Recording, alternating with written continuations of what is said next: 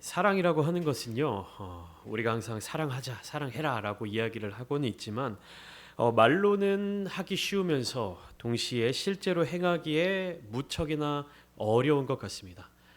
이 사랑이라고 하는 것은요, 말로는 굉장히 쉽죠. 사랑해, 사랑해야지, 우리 서로 사랑하자 이렇게 말로는 굉장히 쉽고 편안하게 할 수 있는데 이 사랑이 우리의 삶을 통하여서 우리의 행동으로 실천으로 나타내기에는 굉장히 어려운 것이 이 사랑이라고 하는 것입니다.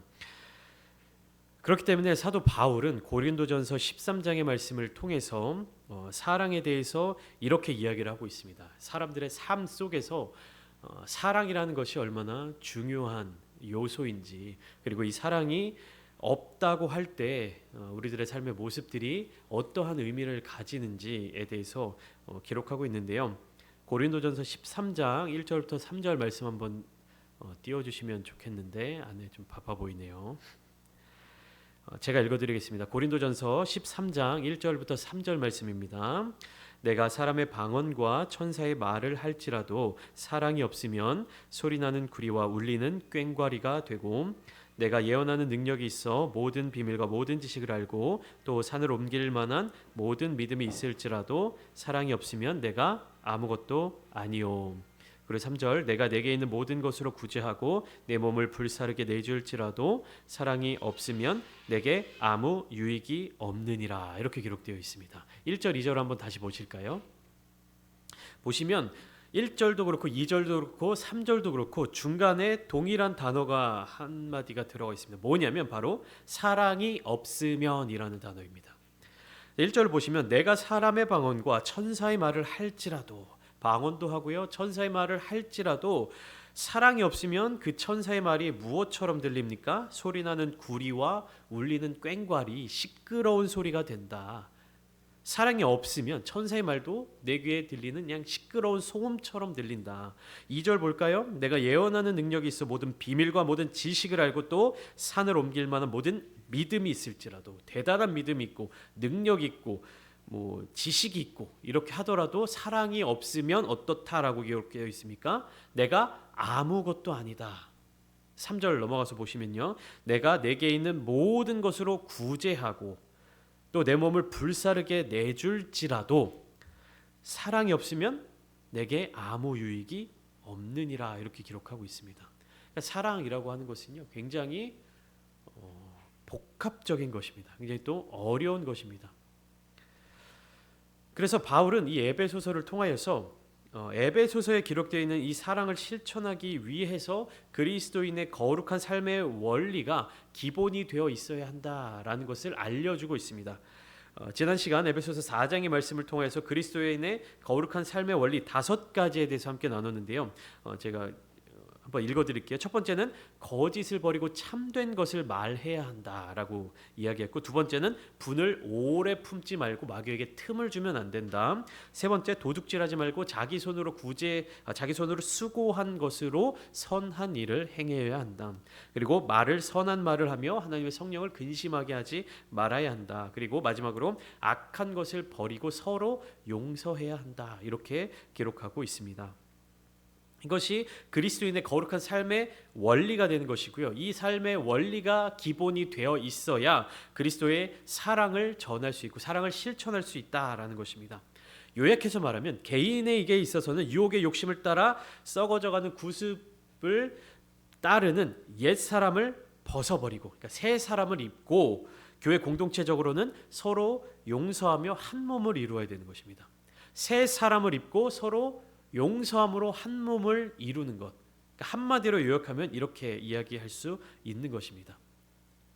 개인적으로는 새 사람을 입어야 되고 공동체적으로는 서로 용서해야 하는 것입니다. 제가 질문을 하나 드려보겠습니다. 그리스도인들은 왜 사랑해야 합니까? 그리스도인들은 왜 사랑해야 합니까? 이 질문에 대해서 성경은 굉장히 간단 명료하게 대답하고 있습니다. 우리가 믿는 하나님이 사랑이시기 때문이다라고 이야기합니다. 우리가 믿는 하나님이 사랑이시기 때문에 우리는 사랑해야 한다라고 이야기를 하고 있습니다. 자녀는 부모의 모습과 행동을 닮아가기 마련입니다. 마찬가지로 하나님의 자녀들 또한 하나님의 성품을 닮아가야 하는 것이죠. 하나님의 모습을 닮아가야 하는 것입니다. 그리스도인은 그렇기 때문에 마땅히 사랑으로 행동해야 하는 것입니다. 우리가 아무리 그리스도인이다라고 이야기를 하더라도 우리에게 사랑이 없으면 우리는 하나님의 자녀로서 그리스도인으로서의 모습, 조건을 갖추지 못하고 있다는 사실입니다. 우리가 서로 사랑해야 하는 이유의 모든 것이 오늘 본문 1절에 기록되어 있는데요. 우리 함께 에베소서 5장 1절 말씀 함께 한 목소리로 읽어보겠습니다. 시작. 그러므로 사랑을 받는 자녀같이 너희는 하나님을 본받는 자가 되고. 아멘.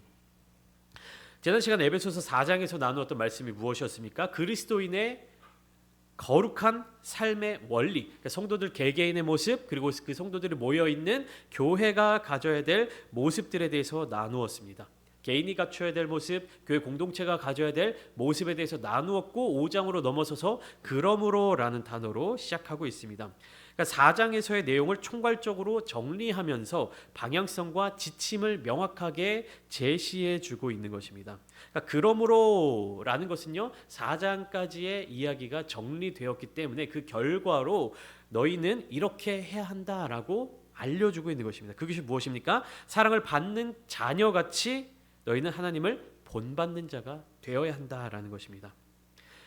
여기에 1절 말씀에 그리스도인에 대한 바울의 세 가지 정의가 담겨 있습니다. 그리스도인에 대한 세 가지 정의, 바울이 정의한 것입니다. 첫 번째 무엇입니까? 하나님의 자녀가 되었습니다.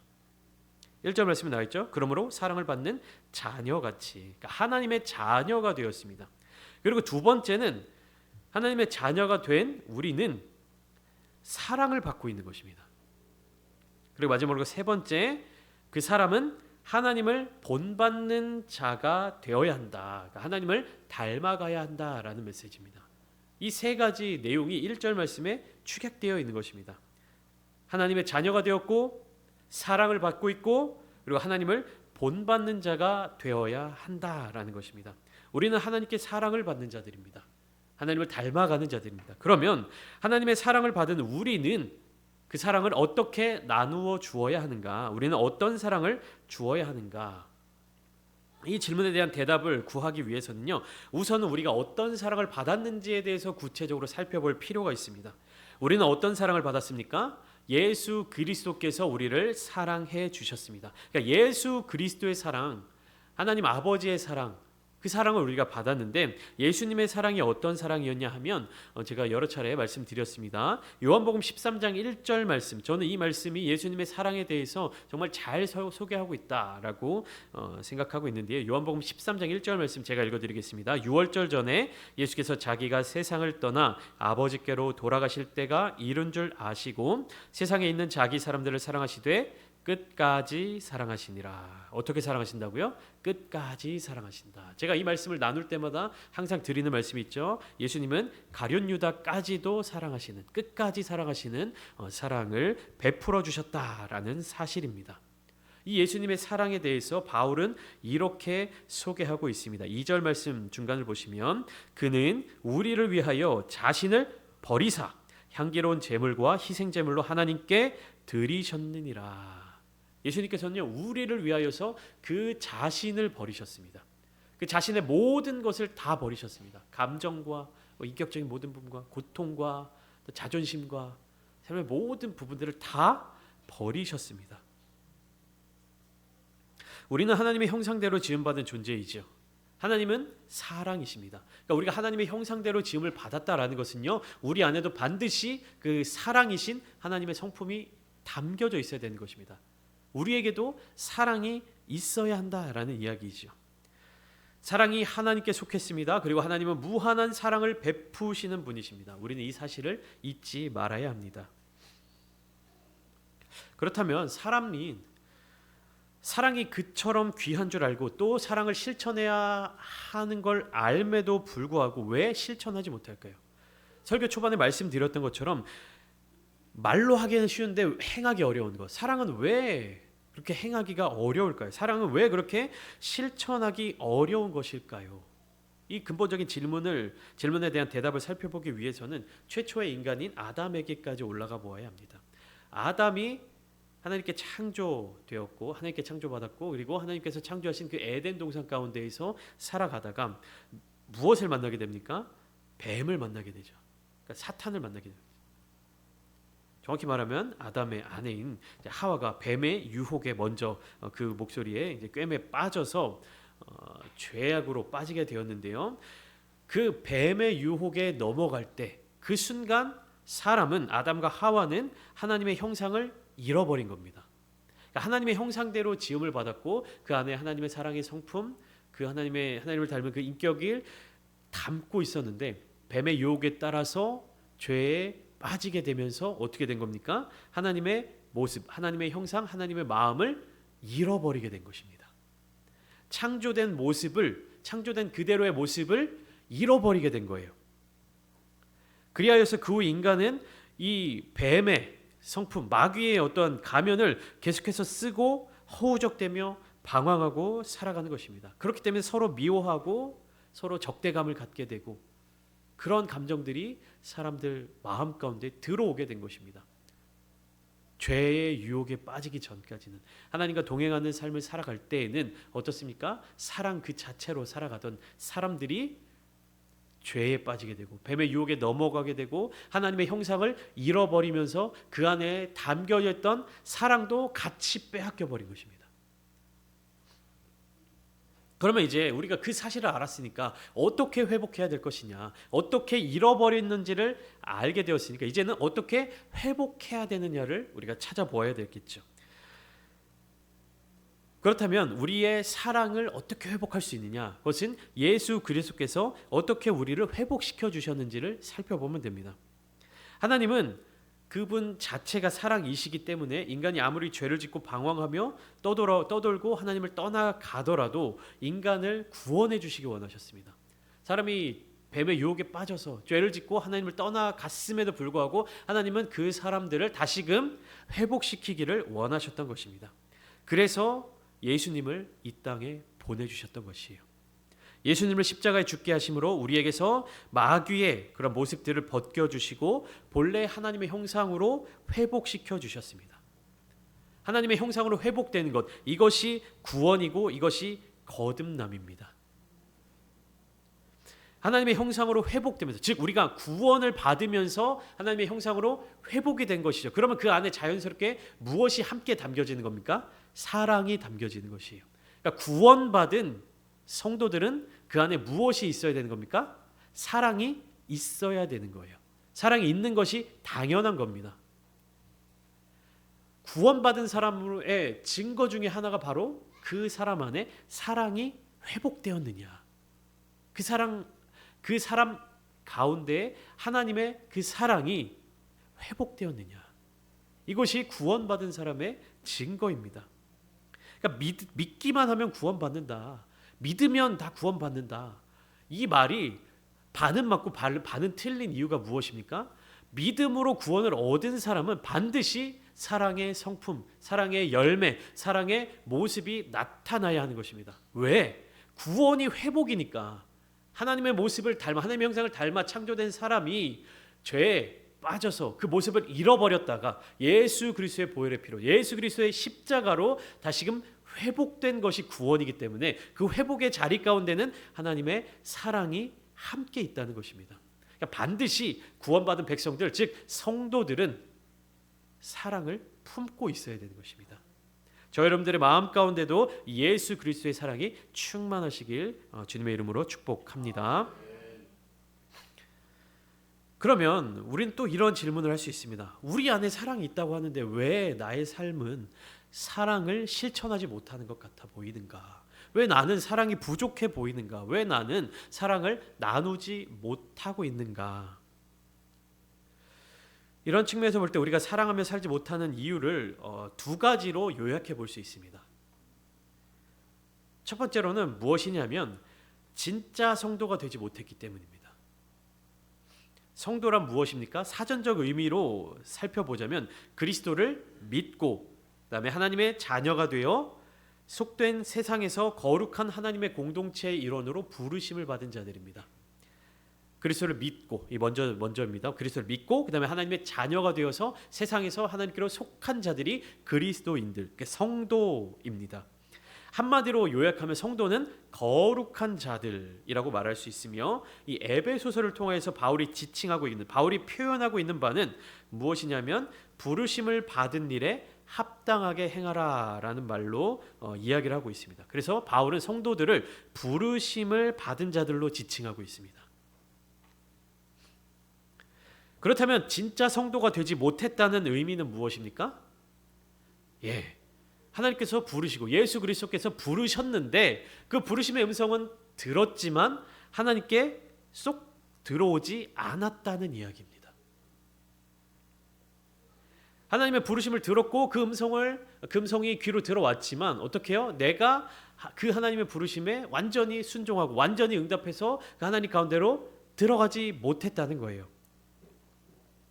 제가 어린 시절 이제 그때는 휴대폰도 없고 뭐 놀거리도 없고 이러니까 어떻습니까? 학교 갔다 오면 항상 가방 집에 내려놓고 놀이터로 뛰쳐나가고 동네를 친구들이랑 막 누비면서 막 돌아다니면서 시간 가는 줄 모르고 막 놀았습니다. 시계도 없고 뭐 휴대폰도 없으니까 그 시간이라든지 뭐 이런 것을 알 수 있는 유일한 방법이 뭡니까? 막 놀고 있으면 엄마가 이제 각 집에서 엄마들이 나와가지고 누구누구야 밥 먹어라 이러고 이제 부르면 그때 이제 집에 들어가야 되는 거예요. 근데 저는 어린 시절 이제 막 친구들이랑 재밌게 놀고 있는데 엄마가 막 들어와 지성아 밥 먹으러 들어 사무엘 밥 먹으러 들어와 이렇게 얘기하면 도망갔습니다. 집으로 안 갔어요. 왜? 더 놀고 싶어서. 엄마가 막 부르는 그 목소리가 들리면 막 반대쪽으로 막 도망갔습니다. 어떻습니까? 엄마의 목소리를 들었지만 엄마의 목소리를 피해서 도망가면 어떻게 되는 겁니까? 그 아들은 엄마 품에서 벗어난 거죠. 엄마 품에 들어가 있는 것이 아니죠. 그러니까 부르시는 소리를 들었다고 해서 다 성도가 되는 것이 아닙니다. 말씀을 통해서 설교를 통해서 또 성경 공부를 통해서 또 여러 가지 간증을 통해서 경험을 통해서 하나님이 우리를 부르시는 소리를 듣는다고 해서 듣기만 해서 다 성도가 되는 것이 아닙니다. 성도는 무엇입니까? 그 목소리, 그 음성에 응답하여 하나님께로 쏙 들어가야 성도가 되는 것입니다. 근데 많은 성도들이 부르심을 들었다, 나는 그 부르심을 경험했다, 로만 내가 성도다라고 생각을 하고 있어요. 그러니까 진짜 사랑을 실천하지 못하는 겁니다. 진짜 회복, 진짜 사랑을 실천할 수 있는 방법은 무엇입니까? 하나님이 부르실 때, 엄마가 나를 부를 때 그 음성을 따라서 그 음성을 향해서 나아가야 되는 것이죠. 그 음성을 향해서 돌아가야 되는 것이죠. 밥 먹어라 라고 부르는데 저쪽으로 도망가면 그것은 음성은 들었지만 회복되지 못하는 모습을 보여주고 있는 거지 않습니까? 우리 모두에게 하나님이 음성을 들려주십니다. 그리스도의 음성을 우리에게 들려주십니다. 우리는 그 음성을 따라서 그 음성을 향하여서 나아가야 되는 것이에요. 주님의 음성을 들었음에도 불구하고 나는 교회 뭐 다른 약속이 있어서 이번 교회 예배는 못 드릴 것 같아. 주님 부르시는 음성을 들었음에도 불구하고 난 이게 더 좋아. 난 이 삶을 살아갈 거야. 주님께서 회복하고 돌아오라라고 말씀하시는 음성을 들었음에도 불구하고 나는 이거를 버리지 못해. 난 이걸 놓을 수 없어. 이렇게 하고 있으면 온전한 성도가 되지 못한다는 사실입니다. 부르심에 응답하여 하나님께로 회복되시기를 원합니다. 3절과 4절 말씀을 보면 바울은 이렇게 그 말씀을 이어가고 있죠. 이는 성도에게 마땅한 바니라 이렇게 기록하고 있어요. 3절 후반부를 보면 이는 성도에게 마땅한 바니라. 그러면 성도들이 어떠한 모습을 갖추어야 하느냐, 이것을 3절과 4절 말씀을 보면 3절 말씀을 먼저 살펴보시면 음행과 온갖 더러운 것과 탐욕은 너희 중에서 그 이름조차도 부르지 말라. 그러니까 성도는 음행과 더러운 것과 탐욕에 대해서 그 이름조차도 부르지 않는 사람들입니다. 그러면 성도들은 어떠한 모습을 갖추고 있느냐? 4절 누추함과 어리석은 말이나 희롱의 말이 마땅치 아니하니 오히려 감사하는 말을 하라. 그러니까 성도가 버려야 할 것들과 성도가 가져야 할 것들에 대해서 나타내 보여주고 있는데요. 성도가 버려야 할 것들은 무엇입니까? 음행과 더러운 것과 탐욕과 누추함과 어리석은 말과 희롱의 말 등 이러한 모습들은 성도들이 버려야 한다는 것입니다.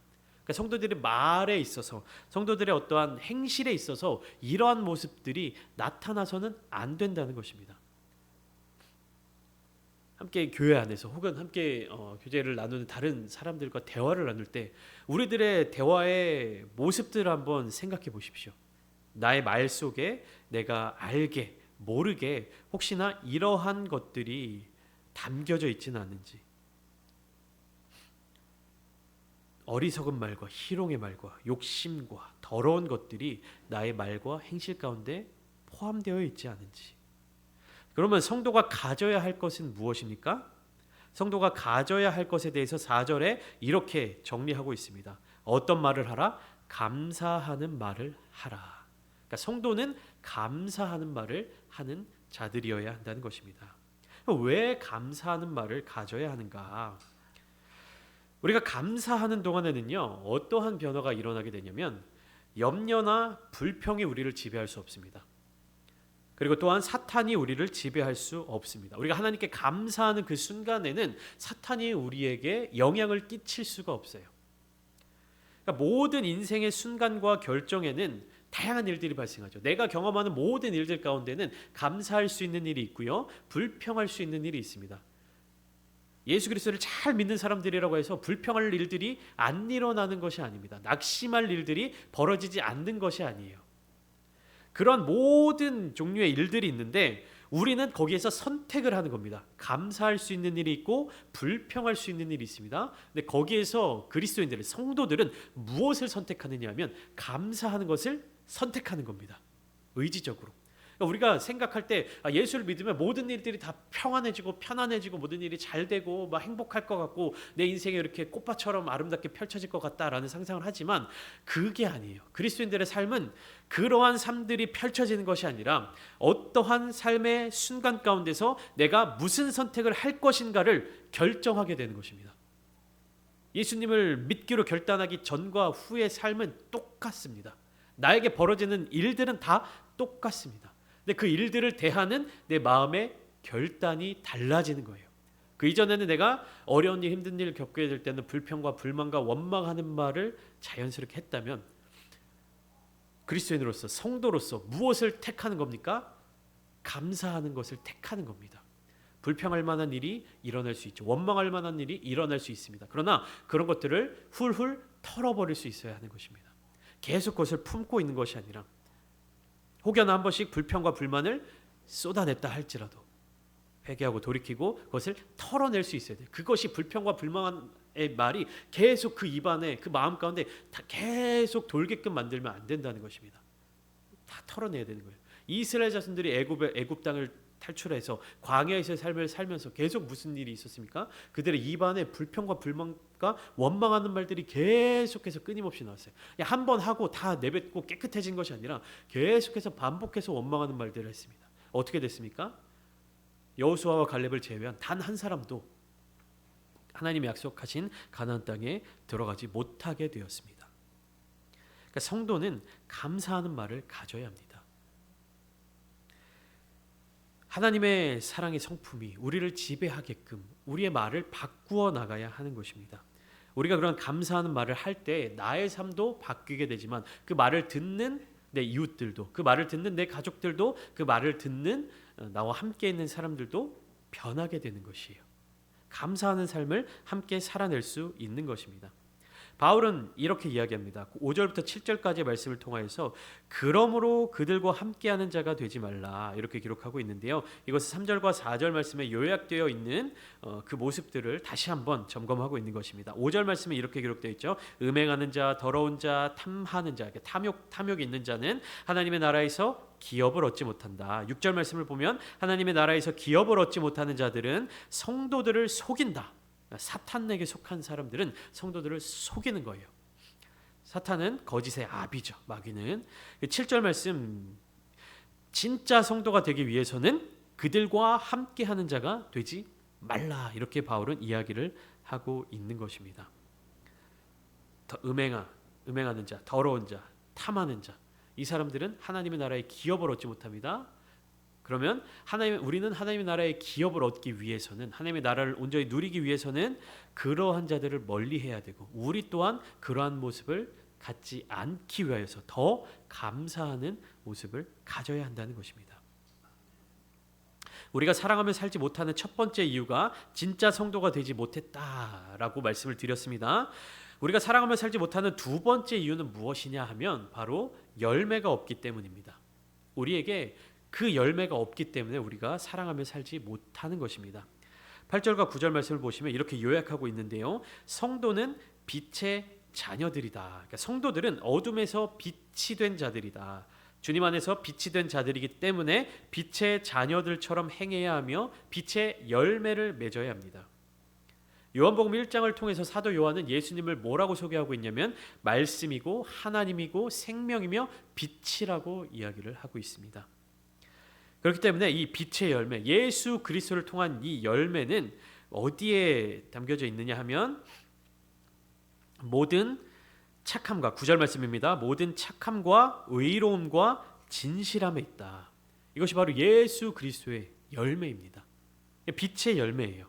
우리가 빛의 자녀들처럼 행하는 자들은 이 빛의 열매를 맺어야 하는 것입니다. 그러니까 무엇이 지금 서로 대립하고 있냐면 음행과 더러움과 탐욕, 이게 한 무리가 있고요. 거기에 대립하는 착함, 선함과 의로움과 진실함, 이 정직함이 딱 맞서고 있는 겁니다.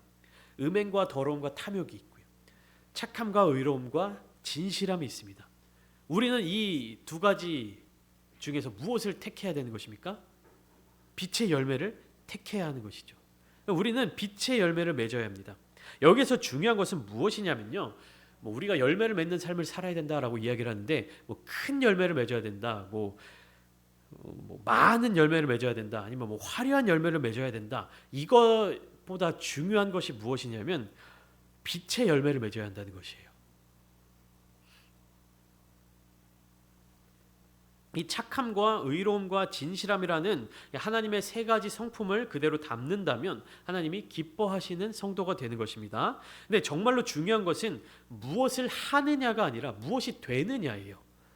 근데 우리 성도들은, 우리 그리스도인들은 무엇이 되느냐에 집중하기보다는 내가 무엇을 하고 있느냐에 집중하는 것이에요.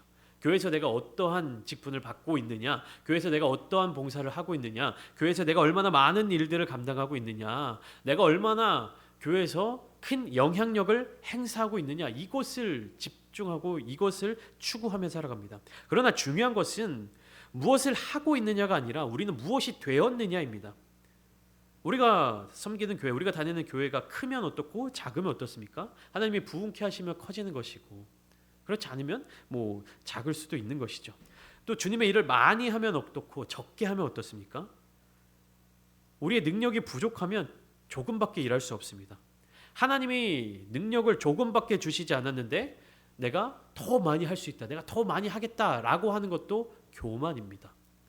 하나님이 나에게 맡겨주신 달란트가 1달란트밖에 없는데 5달란트 받은 사람처럼 일을 하겠다라고 하는 것도 교만이라는 사실입니다. 그러니까 우리는 어떠한 일, 무엇을 하느냐에 집중을 하는 것이 아니라 무엇이 되느냐에 집중을 해야 됩니다. 우리는 하나님의 자녀가 되어야 되는 것이고 거룩한 성도가 되어야 되는 것입니다. 빛의 자녀처럼 행해야 된다는 것입니다. 빛의 열매를 맺을 때, 빛의 자녀들처럼 행함으로 말미암아 그 열매를 맺어야 되는 것입니다. 열매를 많이 맺는 것을 강조하고 있지 않습니다. 빛의 열매를 맺어야 하는 것입니다. 주님 안에서 빛이 된다는 것은요, 주님으로 말미암아 빛을 내는 사람이 된다는 것입니다. 밤하늘을 반짝이는 달이 어떻게 빛을 내는지 아십니까? 달은 스스로 빛을 낼 수 없는 행성입니다. 그러니까 별은요, 자기 스스로 빛을 발할 수 있는 것이고요, 행성은 스스로 빛을 발할 수 없는 그러한 것인데, 달은 우리가 밤하늘을 바라볼 때 달이 비치는 그 빛은요, 달이 내는 빛이 아니에요. 여러분들 잘 아시겠지만 그 빛은 무엇을 반사하는 겁니까? 태양빛을 반사하는 거예요. 다시 말하면 태양이 없으면 달도 빛을 낼 수가 없는 것입니다. 성도들은 예수 그리스도로 말미암아 빛을 내는 사람들이어야 합니다.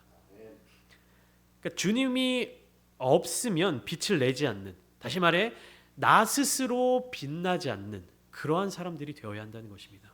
내가 스타가 되고 내가 스스로 빛을 발하고 내가 주목받고 내가 빛처럼 행하는 그러한 자들이 되는 것이 아니라 성도들은요, 빛으로 들어가야 합니다. 주님께서 베풀어 주시는 빛 대신 예수님을 향하여서 들어가야 하는 것입니다. 우리가 날마다 빛의 자녀로서 살아갈 때 어둠이 틈타지 못하며 그 빛으로 우리는 열매를 맺을 수 있습니다. 그리고 우리는 사랑과 빛으로 살아가야 합니다. 쉽지 않은 일입니다. 결단이 필요한 일입니다. 그러나 우리가 하나님의 거룩한 성도로서 빛의 자녀로서 살아가기로 다짐하며 이렇게 간구하며 기도하며 나아갈 때 하나님께서 이 일들을 이루어 주시고 우리에게 능력을 베풀어 주십니다. 무엇을 하느냐보다 중요한 것은 우리가 무엇이 되느냐, 얼마나 큰 일을 행하느냐보다 중요한 것, 우리가 어디에 있느냐. 날마다 주님의 사랑과 은혜 가운데 거하시며 하나님께서 우리에게 베풀어 주시는 그 크신 사랑과 또 빛 대신 주님을 닮아가는 그 귀한 성품으로 이 땅 가운데 하나님의 복음에 놀라운 증인들이 다 되시기를 예수님의 이름으로 축원을 드립니다. 아멘.